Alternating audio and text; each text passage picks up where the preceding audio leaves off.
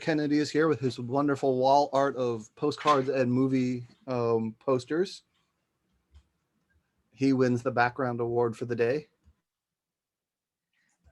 Okay, thank you everybody else for coming here as well. I'm going to introduce today's people. I also want to put a plug out that there is a third panel later this afternoon at, is it 2:30, Scott, or? I believe it's at 3. Hang on, let me.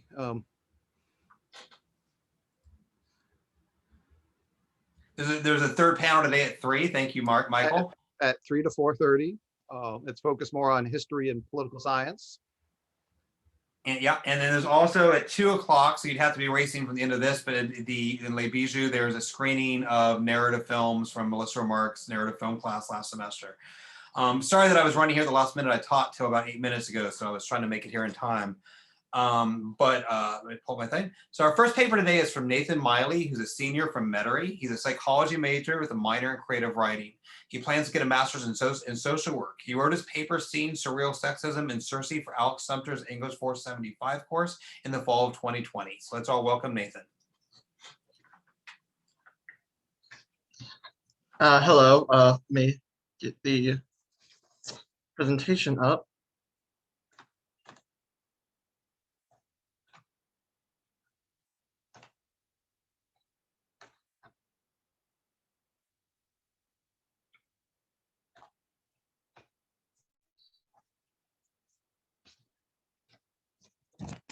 Ready. Yeah.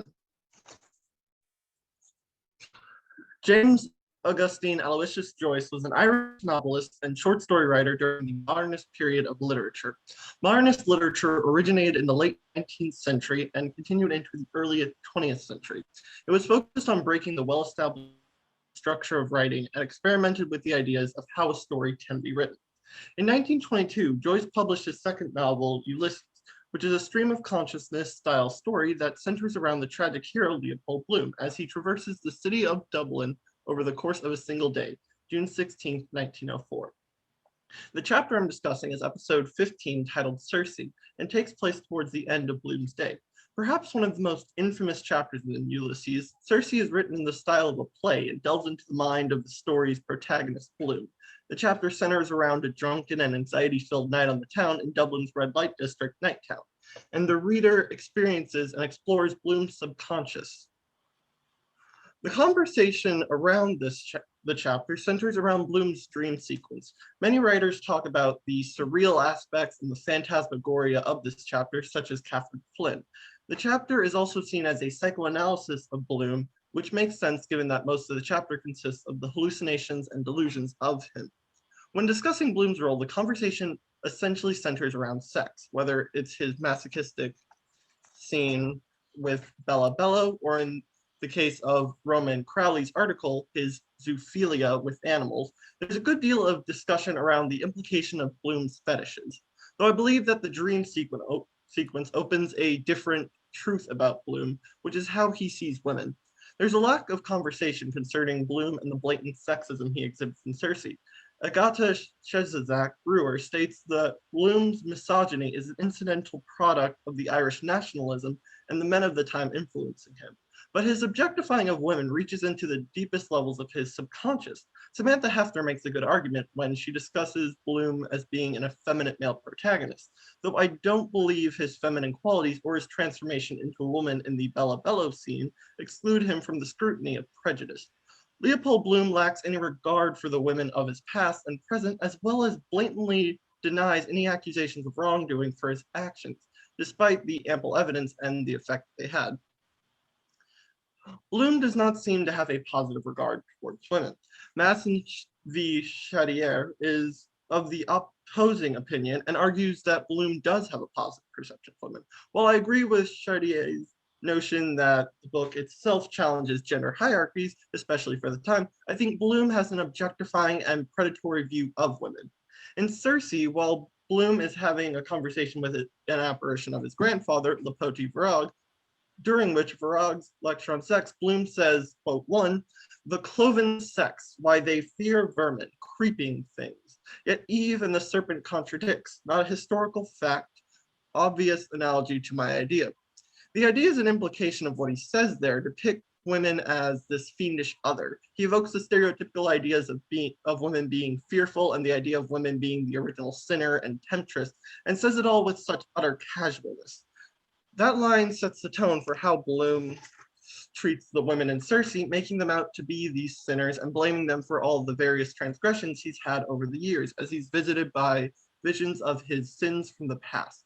Briefly, I want to discuss the Bella Bello scene in Circe, which has been seen by many critics as being somewhat positive because Bloom transforms into a woman, and the brothel owner Bella transforms into a man. However, I don't see the scene as detracting from Bloom's sexualized view of women, because that scene is a masochistic sex scene. It bolsters the view that Bloom sees women as almost hypersexual, because upon transforming into a woman, Bloom gives fully into his sexual desires. He almost seems to fetishize things that are seen as feminine. While there is no issue with any person being sexual, it becomes an issue when he applies this sexual conception as a way for him to assuage guilt for some of his actions, which I'll discuss later. One of the problems with this view of women is how he uses them as a method of escapism. The Bella Bello scene is literally him escaping his own form and taking on this new persona. And throughout Circe, this idea of Bloom using women to avoid his issues and actions appears frequently. It paints Bloom's picture of women in a negative light and calls into question whether Bloom respects women at all, or if they're only a means for Bloom to avoid his internal turmoil. Bloom's vision of his wife Mylie in Circe is unwarranted and self-fulfilling. Throughout the day, he assumes that Mylie is having an affair with her manager, Boylan.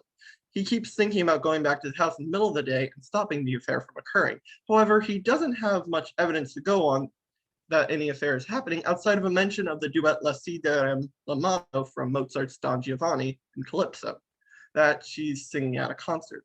Though it's shown later in Penelope that Mylie did have an affair with Boylan, Bloom's internal accusation manifests with the appearance of Marion, or Dream Mylie. Quote 2, as you can see in quote 2, Bloom's depiction of Mylie is this female Don Giovanni, and he not only gets it in his head that Mylie is having an affair, but he also believes that it's a slight at him. Quote 3, to drive me mad, Mal, I forgot, forgives, Mal, we still. Mylie in Bloom's mind must be having an affair to get back at him because she's this vindictive punisher. He doesn't see her as a woman with her own sexual identity. He doesn't even toy with the idea that maybe he's wrong in his beliefs. He goes as far as to imagine the scene of Boylan and Mylie having intercourse. Quote 4, thank you, sir. I will, sir. May I bring 2 men chums to witness the deed and take a snapshot? He holds out an ointment jar. Bloom doesn't stop this act from happening. He encourages Boylan to do it. He doesn't show any respect for Mylie in this moment. He doesn't react in any way that signifies he even cares about Mylie, nor does he ask for her feelings about the situation. He simply plays the part of the spineless martyr. This is a recurring incident in Circe where Bloom will avoid any fault and blame others for his actions. One should also question if this perception of Mylie is actually born from any suspicion, or if it's his own anxiety and insecurity seeping out that he projects onto her. Bloom transcends hypocrisy when during Circe he embodies the extramarital aspects that he projected onto his vision of Mylie. In one instance, Bloom becomes Don Giovanni, just as Mylie had become. Quote 5, he uses a reference to the same exact song that had him questioning Mylie's faithfulness with the image of his former lover, Miss Josie Breen. She, like Bloom, is married. Bloom expresses interest in having an affair with her and voraciously flirts with her throughout their conversation. Quote 6, for old sake, I only meant a square party, a mixed marriage mingling of our different little conjugals. He acts as though their mutual cheating would be a shameless act in that moment. But throughout Circe, he makes it clear that he feels that what he is doing is wrong. Quote 7, a spy don't attract attention. I hate stupid crowds. I am not on pleasure bent. I am in a grave predicament. Bloom wants to have a romantic rendezvous with Miss Breen, but not because he cares about her or their former courtship. He doesn't want to be seen with her and sees her as more of a secret sexual object than as someone he used to care about. When Bloom is met with questions about his character failings, he immediately comes up with some form of excuse or lie in an attempt to weasel out of the confrontation. While in the dream sequence, Bloom imagines Gertie from the Nausicaa chapter. After Gertie shames him for his actions on the beach, Bloom says, when? You're dreaming. I never saw you. He does not take responsibility for his actions, even though he clearly sees an issue with his encounter with Gertie, and has some internalized remorse for having this extramarital encounter. However, his sense of denial is strong enough to allow him to feign ignorance. He repeatedly does this, even as his conscience berates him for what he has done. The biggest problem with this is that in the process of denying these accusations, Bloom defames the character of the women he has fantasized. When Bloom encounters Martha during the trial scene, Martha shares information about their sexual correspondence with each other. Martha is crying about the infidelity, and Bloom's response to this is, quote 9, she's drunk, the woman is inebriated. Rather than admit to many of his actions and face the guilt that he feels about it, Bloom is content with blaming the women and calling them liars. These actions go beyond beach masturbation and erotic letters. Bloom and Molly's former maid, Mary Driscoll, appears to testify against Bloom and his character. Bloom's attraction led to Mary losing her job. This is one of the few encounters Bloom has where there are blatant consequences for the women.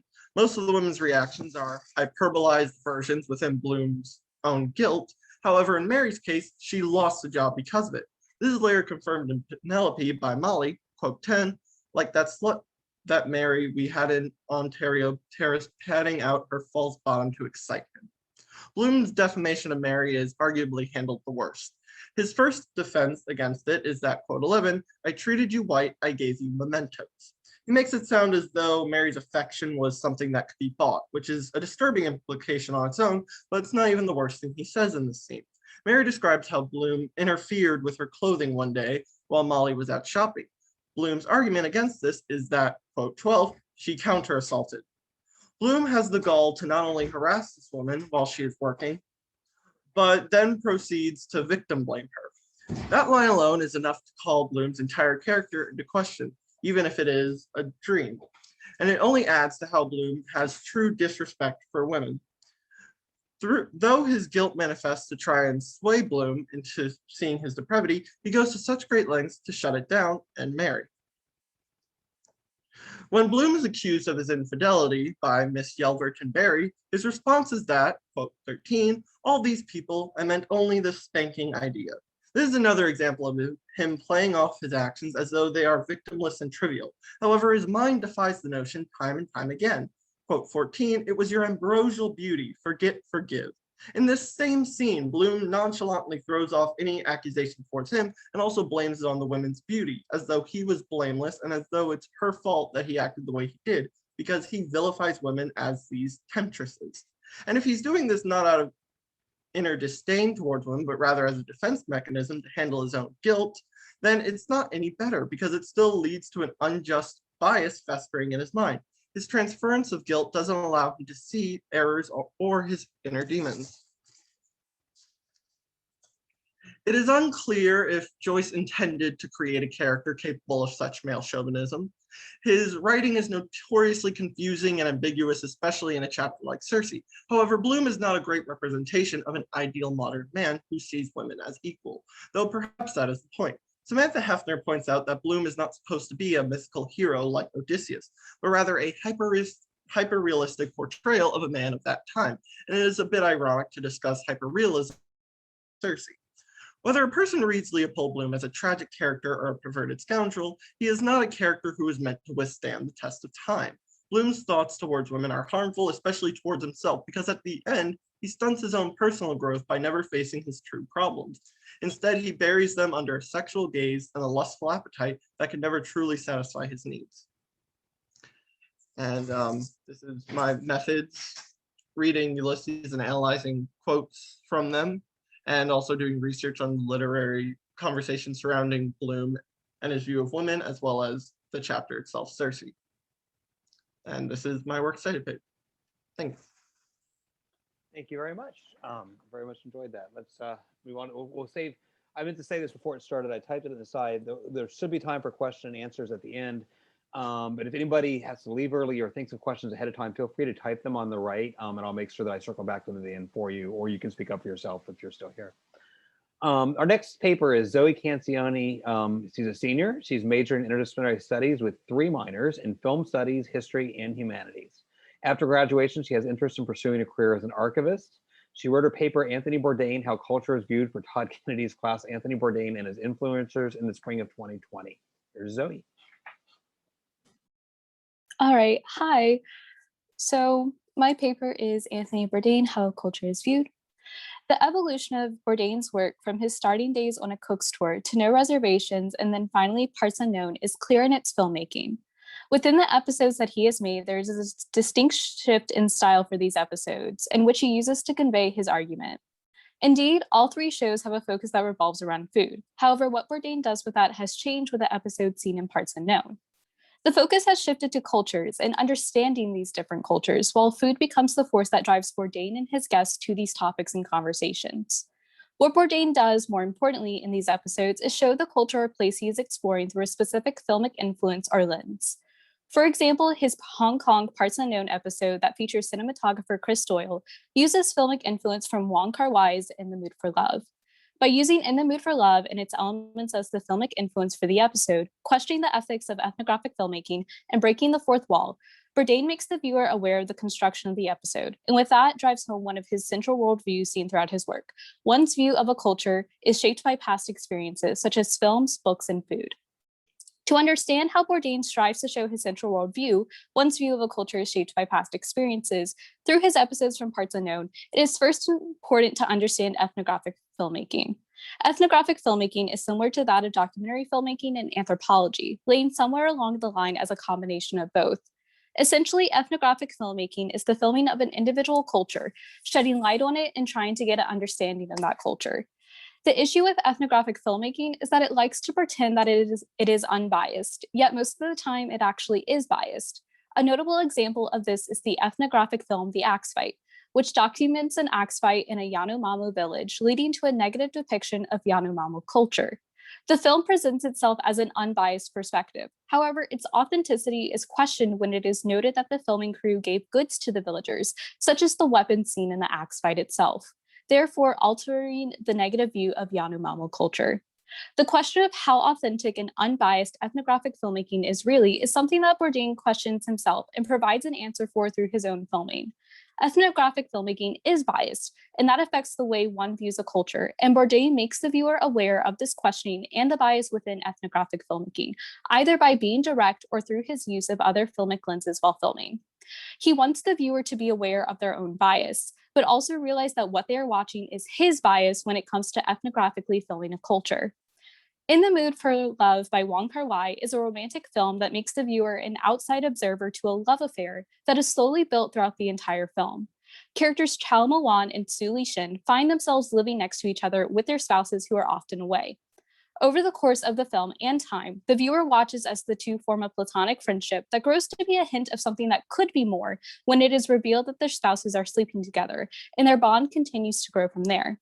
The viewer is left with an inconclusive ending, with the final scene being Chao Mo-wan whispering his deepest secrets into a hollow point of a Buddhist temple, secrets that are remained unheard by the viewer. The film is an ode to poetic realism in that it recreates a realistic space, yet also makes it extremely pretty to the point the viewer becomes aware of their outside perspective of the two characters and their unspoken, arguably platonic affair. The cinematography of the film was done by Chris Doyle, the same cinematographer for Bourdain's Hong Kong episode. Having Chris Doyle take place in the Hong Kong episode ties it together with the filmic influence even more, as Bourdain uses the elements from In the Mood for Love, from cinematography to poetic realism, to create his Hong Kong episode and then argue his central worldview. In the very beginning of the episode, Bourdain sets out to make clear his own bias in ethnographic filmmaking, to set up his central argument of how the view of a culture is shaped by one's past experiences with films. With alternating shots of Bourdain writing something down and scenic shots of Hong Kong, in this opening, Bourdain's voiceover opens the scene saying, Chapter 1, to fall in love with Asia is one thing, to fall in love in Asia is another. Both have happened to me. It is a gift, a dream, a curse. The best thing, the happiest thing, yet also the loneliest thing in the world. In this case, what Bourdain says in his voiceover is about himself, and more specifically, his own travels. The opening is removed out of context with the rest of the episode. It sort of stands on its own. It is removed and personal for Bourdain himself. His travels are both the happiest and the loneliest things for him, a blessing and a curse. Bourdain is creating a meta-narrative about his own travels. By drawing attention to this almost storytelling statement, he is serving a reminder to the viewer that the episode is his view of Hong Kong, shaped by a previous experience. It sets up that although this is ethnographic filmmaking, filming of an individual culture, he also has his own bias of the Hong Kong culture through what he has experienced in the past, and will be applying that said bias. What Bourdain sets up here makes clear his central worldview from the beginning and allows for the rest of the episode to explore his argument through the questioning of his ethics, using the filmic lens of In the Mood for Love and making the viewer aware of those exact things. Following the voiceover, the opening of the Parts Unknown Hong Kong episode starts to use, in combination, the elements of In the Mood for Love to continue to set up Bourdain's central argument. The opening shifts into more shots of Hong Kong that not only have the similar faded yet vibrant coloring and tone of In the Mood for Love, but the music used in the scene is the exact same curious orchestral music from the film. Mimicking these elements straight from the film itself in the opening causes the viewer to start being aware of the filmic lens through which Bourdain is choosing to view Hong Kong's culture, therefore also reminding them of his central argument. Bourdain continues his voiceover, providing a very direct and jarring statement of his central argument.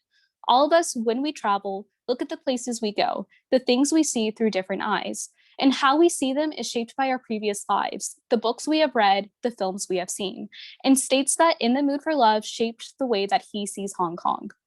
Bourdain's central argument is not undermined due to the fact that he explicitly states it, and it is instead enhanced because of being combined with his use of the exact same elements from In the Mood for Love, the coloring, the music, etc., as the viewer receives shots of Hong Kong. He is drawing the viewer's attention to the construction of the episode, the construction of Hong Kong, how he is portraying the culture of it. With the viewer aware of how the episode is constructed, it emphasizes Bourdain's point. The viewer's interactions with the culture are shaped by past experiences, just as Bourdain's interaction with Hong Kong's culture is shaped by the film In the Mood for Love. Bourdain questions the ethics of ethnographic filmmaking, further highlighting his central argument that one's view of a culture is shaped by their past experiences, such as films, and he does this through direct conversation. Two prime examples where Bourdain enacts these questions are when he asks both Chris Doyle, the cinematographer, and Simon Goh, a photographer of small family-owned businesses that represent old Hong Kong, about the preservation of the past of this old Hong Kong culture. He gets opposite answers from the two men. While also switching between the conversation and the black and white pictures Goh has taken, Goh states that he believes by showing and making people aware of the past culture, people will want to protect it. Doyle, on the other hand, believes that these businesses will disappear. The culture of old Hong Kong will disappear, and that the only thing you can do is preserve it or the idea of it. It is a question for Bourdain himself as he films in these various countries and films their cultures. What is his duty as the ethnographic filmmaker? Does he preserve these cultures in the filmic image? Does he insert his own comments on these cultures? There's not a solid answer for these questions or really any right answer either. There will always be varying opinions, as can be seen with the conversations that Bourdain has. The questions nonetheless are important and bring forth even more of Bourdain's argument. The questioning helps explore how cultures are constructed, especially through ethnographic filmmaking. Bourdain reinforces that due to its construction, the way a culture is viewed is always influenced or shaped by previous experiences, like the filmic lens, or in this case, ethnographic filmmaking. With the Hong Kong episode, what Bourdain is essentially doing is documenting a culture, but also romanticizing it, just as In the Mood for Love does through poetic realism. In the Mood for Love heightens the aesthetic of everyday normal life, but keeps it realistic. There is the use of a shaky handheld camera and blocking that makes the viewer aware of their own presence of watching the events of the film unfold. Bourdain does similar things in the Hong Kong episode. There's the use of a shaky camera and blocking that makes the viewer aware of their own presence, and there are realistic portrayals of Hong Kong as he documents. However, by using the influence of In the Mood for Love and its elements, Bourdain also romanticizes Hong Kong through an aesthetic while also romanticizing the food of Hong Kong. The question of the ethnographic filmmaking and Bourdain's way of preserving or capturing Hong Kong in combination deconstruct the episode for the viewer by bringing their attention to that specific construct that Bourdain is creating. Subtly, the viewer is able to recognize both Bourdain's bias and their own bias in the construction and depiction of Hong Kong. The recognition of that bias further proves Bourdain's argument that a viewer's view of other cultures is shaped by their own, is shaped by the filmic lens through which they view it, and shaped by their past experiences. At certain moments in the episode, Bourdain breaks the fourth wall with the showing of the camera that is filming the episode, which makes the viewer even more mindful of the construction of the episode. There is one moment in the episode where Bourdain is in the middle of an interview with one of the immigrants in Hong Kong, only for him to stop and say, "Let me reset." Following this, Chris Doyle enters the shot, and basically they have to readjust the entire shot, shifting the table, scooting people over, etc. When this occurs, another camera captures Chris Doyle in the camera the shot was originally construed as he directs on what needs to happen. Breaking the fourth wall by showing the direction taking place, the way the construction is happening, by showing the camera that is being used to shoot the episode seemingly has no importance, but is in fact particularly important. It happens again at the end of the episode. There's a shot of Chris Doyle as he focuses on shooting Bourdain, once again, capturing one of the cameras being used to shoot the episode. It is also done in the middle of the episode when the camera is first handed over to Chris Doyle so he can get a shot of Bourdain. Again and again, these shots of the camera are being shown, breaking this fourth wall that divides the realism of the episode and the actual construction. By breaking the fourth wall with these scenes and shots, Bourdain brings to the viewer's attention that everything they are watching is being constructed in some sort of way, more specifically in this filmic lens. There would not be a reason for Bourdain to include these moments in the episode of Hong Kong other than to make the viewer aware of their own position. Bourdain contributes to the understanding of his central worldview for his work. Are viewed in a filmic lens, the culture through. Bourdain's argument is not just represented in Hong Kong episode, but in numerous episodes that he has done, making the Hong Kong episode just a small but important representation of his worldview. In various other unknown episodes, Bourdain has had filmic influences. For example, in his Bhutan episode, he takes from director Darren Aronofsky's films Black Swan and Mother, with their themes of isolation and destruction. In his Jamaica episode, he takes from the James Bond film Dr. No by his use of Bond in the opening sequence. In some way, each of his episodes are influenced by something, although not necessarily film all the time. He also makes the viewer aware of the construction of the episode by having these influences, by bringing up these moral questions like the ethics of filmmaking or breaking the fourth wall in the episodes. In his Budapest episode, like with the influence of cinematographer Vilmos Zsigma, there's a scene of Bourdain and Zsigma sitting in a theater, talking as clips of the films and documentary that Zsigma worked on appear on the screen with the camera behind them. This scene makes the viewer aware of their own spectatorship, but also with how the scene is constructed, by the viewer watching Bourdain and Zsigma watch Zsigma's work. Like in the Hong Kong episode, Bourdain directly questions his and the viewer's own bias, that we are shaped by our past experiences by the filmic lens. Since it has been demonstrated throughout numerous of his parts unknown works, it is clear that this is his central argument. Bourdain's overall argument for his work has always been that whenever people experience another culture, that their experience of that culture is influenced by their previous experiences, like the filmic lens. As much of Bourdain's work does, Bourdain's Parts Unknown Hong Kong episode demonstrates clearly the central and overall worldview/argument of his.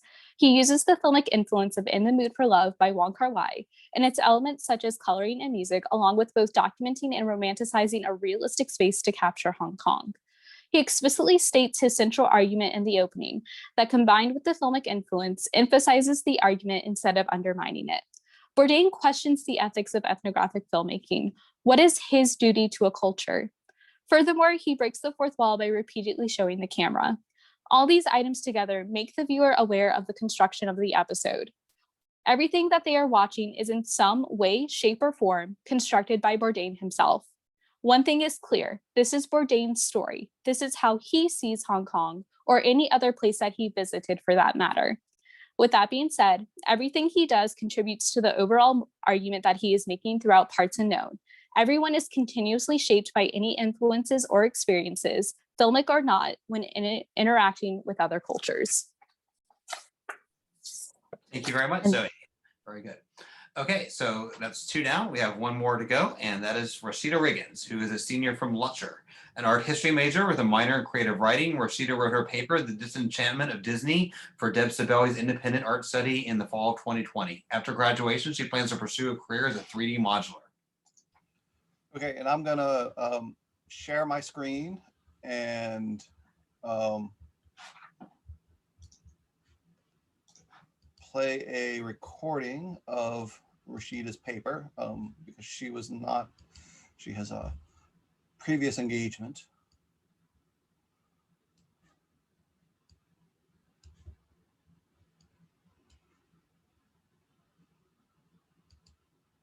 Hello, my name is Rasheeda Reagans, and this is my paper, The Disenchantment of Disney. Since its inception in 1923, the Walt Disney Animation Studio has been a powerhouse in the animation industry. Walt Disney, the studio's founder, created Oswald the Lucky Rabbit and Mickey Mouse during the late 1920s. Both characters quickly gained favor with mainstream audiences.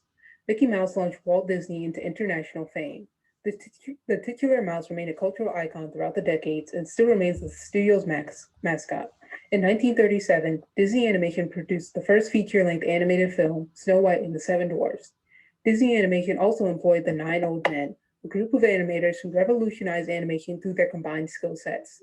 Ultimately, in 1981, Ollie Johnston and Frank Thomas, two of the Nine Old Men, established the fundamentals of animation with their book, The Illusion of Life, Disney Animation, containing the 12 principles of animation. A decade later, Beauty and the Beast in 1991 became the first full-length feature animated film to be nominated for Best Picture. This achievement was significant as the Best Animated Picture category was not added to the Academy Awards until 2001, a decade later. Disney Animation would later become associated with Pixar Animation, the first studio to release the first ever full-length 3D animated feature, Toy Story, in 1995. Disney's history was rich in innovative technology and has become a touchstone for animators and general audiences alike. Despite being a large and prominent studio, several other studios use their own advancements in technology to offer alternatives. Especially in terms of character diversity, DreamWorks, Warner Animation Group, Cartoon Network, and Nickelodeon produce inclusive animated movies, shorts, and cartoons with underrepresented groups taking center stage. This allowed audiences to become aware of Disney's problematic behavior. Regarding diversity, similar similarly with the release of Disney Plus, giving the general public access to their entire filmography, audiences began to scrutinize the studio's movies for derogatory social content. This paper will address several movies for examples of sexism, racism, and homophobia from the past, and will discuss current depictions of minority groups today. Within this paper, comparisons of both live action and animated films will be used to draw parallels to widely accepted norms from each period. Pixar, a subsidiary of Disney, released Brave in 2012, which quickly gained favor with women and the LGBT plus community. With Brave, it seemed as though Disney Animation was no longer trailing behind its contemporaries and embracing positive representations of women, racial identity, and the LGBT plus community. Merida, the movie's protagonist, a fiery and adventurous princess, woefully defied the customs of both her kingdom and her mother, Eleanor, a strict and conservative queen. After Merida's public rejection of the three suitors, the young princess was given an opportunity to change her fate and forced into action to set the kingdom right.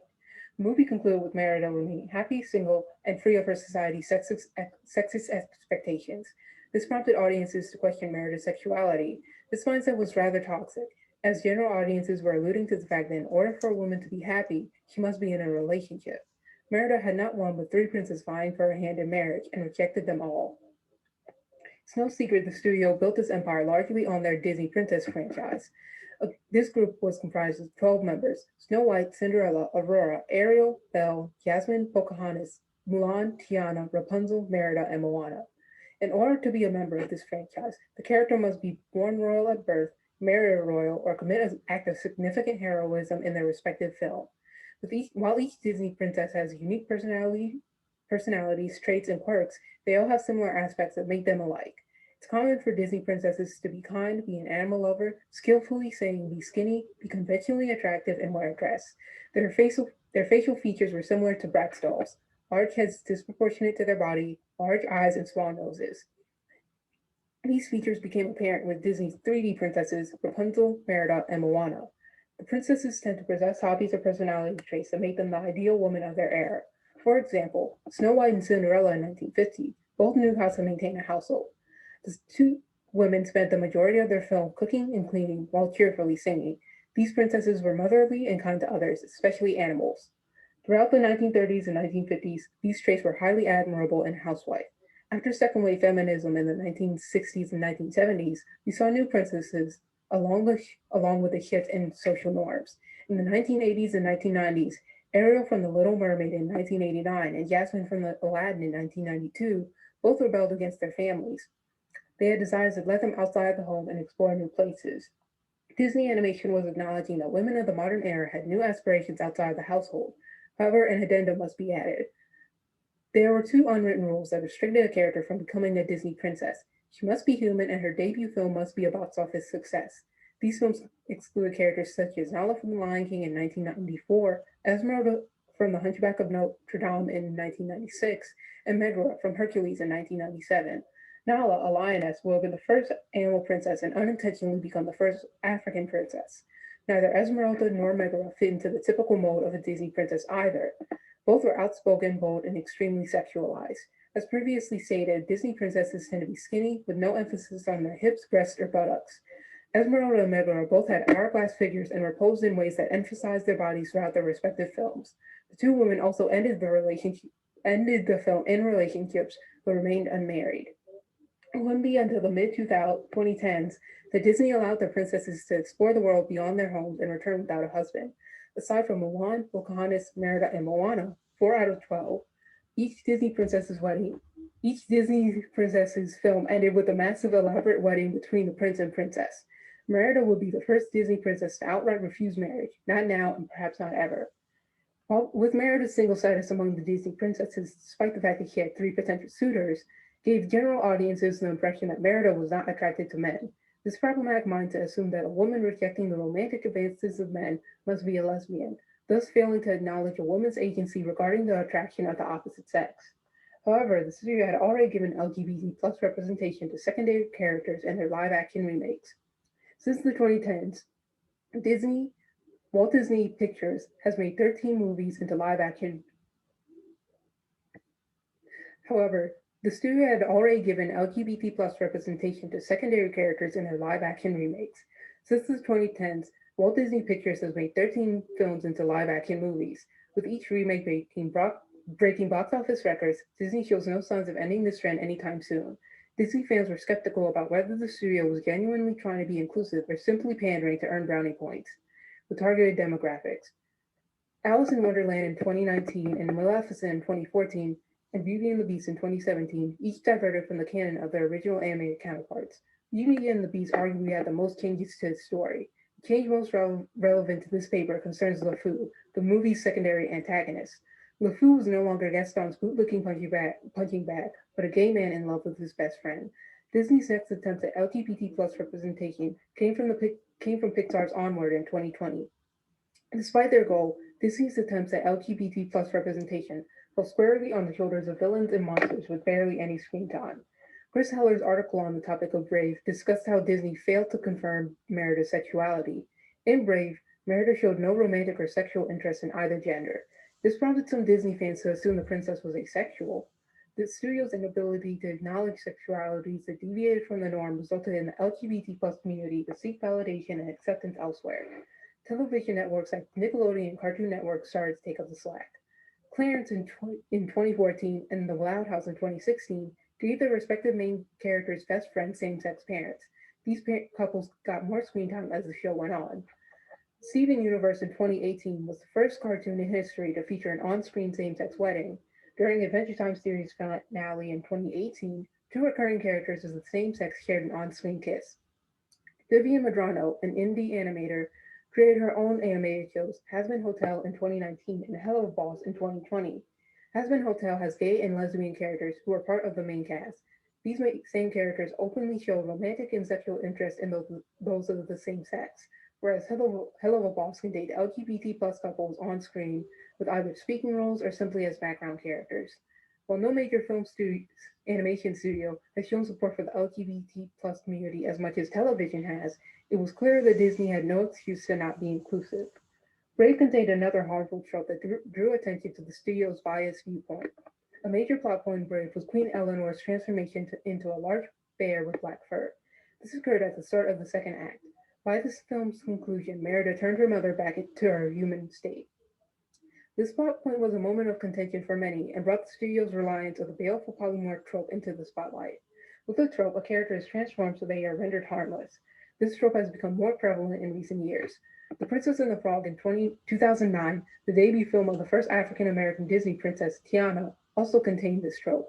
Despite the milestones, both Tiana and her Prince Naveen were under a magical spell that had them remain frogs for the majority of the film's runtime. The film's trailers failed to disclose this. Instead, it boasted about the 2D animation, an approach which had been left to the wayside after Home on the Range in 2004, the studio's previous 2D animated film, failed at the box office. As a result, the studio shifted their focus to 3D animation. The studio purposefully marketed The Princess and the Frog as a return to form. Despite its positive reviews among audiences and critics, because the film wasn't a box office hit, The Princess and the Frog ended up being the last major 2D animated film produced by Disney Animation. Both African American audiences and critics questioned why the protagonist was learning lessons that could have been learned just as easily in a human form. The harmful polymorph trope could be seen in other Disney films like The Emperor's New Groove in 2000, Brother Bear in 2003, and recently Coco in 2017. In each film, the protagonist was a person of color who was turned into a llama, a bear, and a skeleton, respectively, by magic and remained in that state for most of the film. During Coco's theatrical release, theaters domestically and internationally played a new 21-minute Frozen short, Olaf's Frozen Adventure. That's the length of a television program without commercials. While it's not uncommon for Disney and Pixar to play shorts before the start of their films, the unintentional message this short sent was controversial. Characters from the former were Norwegian and the latter were Latino. Coco was a Pixar film that focused on a Latin American protagonist who embarks on an extraordinary journey through the magical land of his ancestors during Dia de los Muertos. The film had an abundance of Latin American iconography, such as alebrijes, yolodals, and referenced Frida Kahlo, a famous Mexican artist. In various online interviews, the director, writers, and animators all expressed their desire to be respectful of the Latin culture and portray it in an entertaining manner. Throughout the film, characters sang or spoke in Spanish. Spanish tracks of the soundtrack were released on Disney's official YouTube channel, Spotify, and sold on iTunes. Yet this love letter to Latin American culture was lessened by the inclusion of a lengthy short with the theme of celebrating white culture. In the short, Olaf wandered around Arendelle wanting to learn how families of the city celebrate Christmas. This was interpreted as Disney trying to get white audiences into seats for a film about Latinos and their culture. Disney Animation has a history of creating racially insensitive content, from the caricatures of African Americans in Fantasia in 1940, Dumbo in 1941, and The Jungle Book in 1967, Native Americans in Peter Pan in 1953, and Asians in The Lady and the Tramp in 1955 and The Aristocats in 1970, they used their influence to embrace racism instead of denouncing it. One could make the argument that these were simply a product of their time. Continued racism shows how far the studio has come. However, it also showed how much further the studio must go in order to truly distance themselves from their past and stand on equal footing with their contemporaries. DreamWorks made The Prince of Egypt in 1998 and The Road to El Dorado in 2000. Without relying on stereotypes and respected the cultures they represented, the studio actively sought out historians, not just for aesthetic purposes, but for storytelling purposes as well. DreamWorks' attempts at diversity seemed genuine and sincere, whereas Disney's attempts felt corporate and token. With the amount of controversy Disney has attracted about both their past and present films, one has to question whether their attempts at being progressive are merely political theater. All of their attempts seem half-hearted. They fail to take into account the possible nuances. And it's not difficult to ask a studio as large as Disney to put in place the checks and balances to create inclusive films that don't reinforce stereotypes. The studio has come a long way from the racism of Fantasia and the sexism of Snow White and the Seven Dwarfs, and the willingness to place LGBT plus characters on screen is a step in the right direction. But when compared to other studios, both independent and established, Disney lags woefully behind. It's as though Disney were stuck between a conservative perspective of a family-friendly image and the more inclusive family-friendly image of the modern era. It's only natural for people to gravitate toward media that showcases themselves or their culture in a positive yet realistic light. Ultimately, the studio must either pick up the slack in terms of diversity or become irrelevant in the eyes of modern audiences.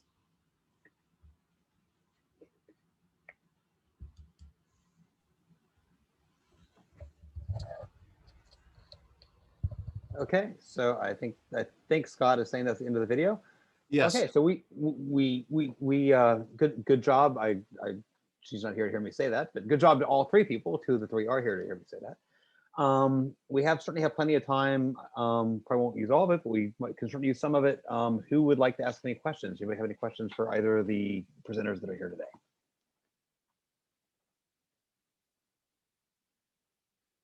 You can either type in the box or raise your hand and unmute yourself.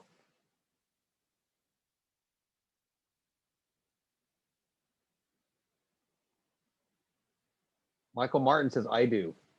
So unmute yourself, Michael. Thank you, Zoe. Thank you, Nathan and Rasheeda. Those were impressive presentations. You're each very thorough and you bring a lot to the table. Zoe, I just wanted to follow up. I really enjoyed your presentation and wanted to compliment you. You had said that there's a filmic lens in Anthony Bourdain's show, and he's asking the audience to reevaluate the way they're looking at whatever travel place he's looking at. What does he want the audience to do? Like what are some of the specific rhetorical gestures he wants the audience to do? Is it related to geography, culture, region? I was just curious if you wouldn't mind following up on that a little bit. Yeah, so I would say he just wants the viewers to recognize that anything that they're watching outside of his shows too, not just with his shows, just anything that they're watching has some bias to it, especially when it comes to ethnographic filmmaking. And he wants them to recognize that bias in place. He doesn't want them to just accept it as authentic all the time.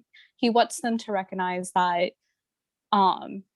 these filmic lenses are like these other shows, other films, like they all have this bias within them and they're influenced by something. Their view on a culture is influenced by something else. Well, like, you know, it might be, they might present like the axe fight, it might be presented as unbiased, but there is always something behind it that does make it biased. And he wants viewers to recognize that, especially within his own works, but as well as other works. Does that answer your question? See a thumbs up. Anybody else with questions? I see another hand from Michael Martin. Oh, I was trying to ask you to unmute and instead I muted you. That was not my intention. How about Alex, since she has to go soon? Is Alex still here or past the time she said she was going to be gone? Yeah, I'm here. Okay, Alex, you go first and we'll go back to Michael. And Michael, I do apologize for muting you. That was an accident. True. But I will go back to Michael right after Alex, though, since she is already leave. So Alex.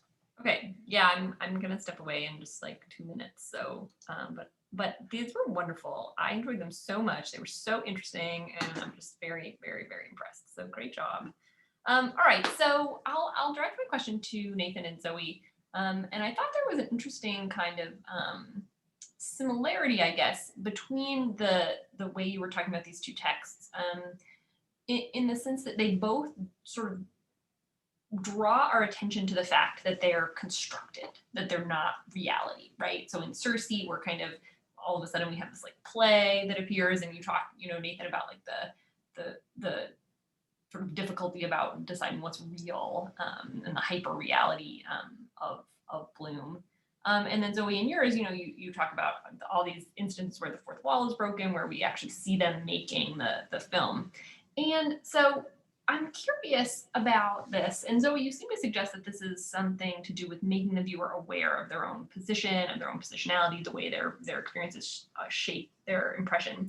So I guess my question is sort of for both of you, just to think, you know, I'm a little curious about this idea. And Nathan, maybe you could tell us a little bit about what you think is Joyce in making in sort of drawing our attention to the constructed nature of the text. Is Joyce also trying to make the viewer aware of their own position? Because that seems to be kind of a key part of your argument, which is that when we look at it from a contemporary lens, we view it maybe in a different way. And then Zoe, I was wondering if, you know, Nathan's project is obviously somewhat critical of Bloom character. So I was wondering, can you tell us, is there anything critical in Bourdain's approach? Is it self-critical? Is he critical of his own project? So, all right, that's my question. I can go first. So I would say that Bourdain's work is very self-critical. I think it's why he asks himself. I think it's why he directly states his viewpoints. It is very much self-critical as it is critical of other people's works, but it definitely is self-critical of his own work because, like you said, he wants to make the viewer aware. And so to do that, he has to be self-critical. He has to make people aware of the positions that he's taking, make the people of like watching aware of the positions that they're taking, making them aware of the influences that he is bringing in when he films other cultures. That way people can know, like, you know, the influences that he's using, that way they have some sort of understanding. But it's also to very much criticize the way that ethnographic filmmaking is, and criticize the way that like with the ways that he does ethnographic filmmaking, it is also to criticize that as well. Nathan. Okay, so I would say I would think that Joyce is trying to call attention to this chapter specifically because while Ulysses is written in a lot of different styles, it's how it is. Like from chapter to chapter, you can be in completely different styles. Like one's like a romantic kind of setting, one's an entire just paragraph, like one chapter's an entire paragraph. But this one is jarringly different because while you're set in this very hyper realistic, you're set in this Dublin that's just supposed to be real, jarring, gritty, dirty. You get put in this play where nothing really makes sense. And you see Bloom, who up until this point has been this sort of like very life-loving, very like sort of guilt-ridden character, is now, we see everything that's going on inside of his own head. So I think it's, Joyce kind of does call to this, calls to that this is reality to some degree inside of him rather than the reality that we've been seeing that is the city of Dublin. So I think that him and his being visited by the sins of his past, getting all these images of people he's had various encounters with, you kind of get to see not only like the his conscious sort of like trying to breach, but also him not wanting to actually deal with it. And I think that's what it's supposed to call attention to, is that there's more under the surface than for Bloom than there is for like than there was shown previously. Thank you for sticking around, Alex. Okay, Michael, I'm going to ask you to unmute, and I'm not going to do it at the exact same second that you're clicking unmute so that you don't think I'm muting you. But if you could unmute yourself and ask the question you were wanting to. Thank you, Todd. I would ask a question of Rasheeda, but she's not here. I just had an easy one and then a follow-up for Nathan. Much like Joyce's protagonist in a portrait, I feel guilt from having not read Ulysses as an English professor. And I was wondering, first, could you clarify something that I think would help for those of us who don't know the text that well? It's you're talking about Bloom, and you said, correct me if I'm wrong, he became a woman, or was there was a gender switching, a gender element that occurred? Could you just clarify that if you would? Oh, yes. So there is a scene with Bloom and the brothel woman, Bella. And keep in mind, this happens in Circe, where most of what happens is all in Bloom's head. And then, so yes, in it, Bloom physically turns into a woman, and Bella turns to this character, Bello, who is a male version of herself. Okay. All right. Well, and you said, thank you. You had said, like, at the end, he's still the same male chauvinist that he was before. Usually in literature and film, if someone cross-dresses or there's some change of sex or gender, it's a liberating way. You're saying that there's nothing liberating. He's still using the same controlling and power functions in his love interest with women as before. Is that right? Yes, because I believe the Bello sequence happens earlier than a lot of what happens later when he is visited by the women of his past. So it is sort of like he is kind of transformed in that scene, but not really for a positive light as Circe continues on. Thank you. I have a question if nobody else. Oh no, Deb has got her hand up. She will go next. Go, Deborah Savelli. And you're Okay, muted. yeah, I was just curious. I mean, with the myth of Circe, that men can be turned into swine, right? So maybe there's that issue that you're transformed, but you don't really change. You know, like there is no true transformation. I don't know, but I just thought it was interesting. This woman that I met, she now is a dean at Wichita State.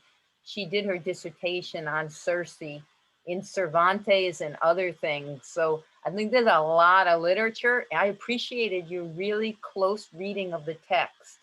And, you know, so you stuck to the text and you really, really did a great job.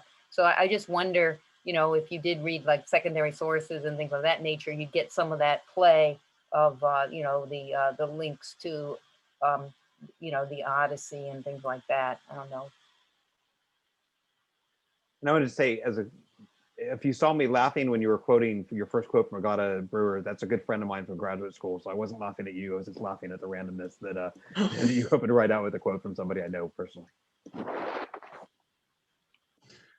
Okay, yeah, I definitely think there might be it's Ulysses, so there's a lot under the surface usually in terms of references, and so I hadn't thought of the myth Circe turning him into a swan, but I do like that interpretation. That might actually, yeah, that might fit in with the whole theme of him just sort of becoming more debased and less the more put together character that we were seen through, you know, up until this point, Ulysses. Anybody else have any questions? I think I would like to ask Zoe one question that I kind of was thinking of. It's a direct one, I promise. I can see getting invested. No, I had not thought of this before. I just was thinking, you basically posit that Bourdain posits this kind of dichotomy between the black and white photographer who basically kind of romantically thinks that by showing people what's being lost with the modernization of Hong Kong, that it'll inspire people to want to preserve it, versus Christopher Doyle, who kind of basically says, we're screwed, it's going away, you can't preserve it, there's nothing a filmmaker can do to preserve it. All a filmmaker can do is to preserve it on film, to record it before it's gone.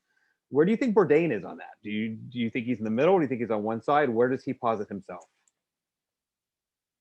And you're on mute. I know, I was getting there. That's a very good question. It's kind of hard to know where Bourdain was at.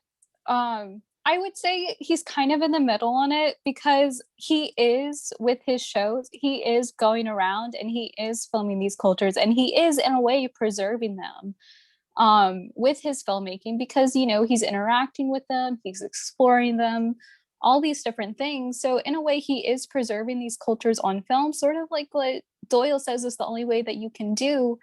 However, he's also very critical of this preservation of it. So I think he just falls somewhere in the middle of both answers, not necessarily leaning towards one side, which is kind of how he was with a lot of his views in life. He was always somewhere in the middle for most things. Or at least not easily definable. Okay. Other question. I had a couple questions for Rasheeda. I'll have to send her an email at some point. That jarred a couple questions, and I had a question for you that actually horrible names now. The person who went first, they kind of got covered by the other question, but I think I'm covered. Who else? Does anybody else have questions? Scott or Alan Alexander or Michael or people whose cameras aren't on? Okay, well, thank you all for coming out. I'm really impressed by all three papers. You all three had really good papers and a really confident presentation from all three of you as well. And that was, hey, give yourself a pat on the back. You all did very well. I encourage people to consider coming out if you can for the next panel at 3 p.m. or if you want to race over in the next 2 minutes for narrative screening, either or both. Do everything. But anyway, everybody have a good day and thank you for coming on out.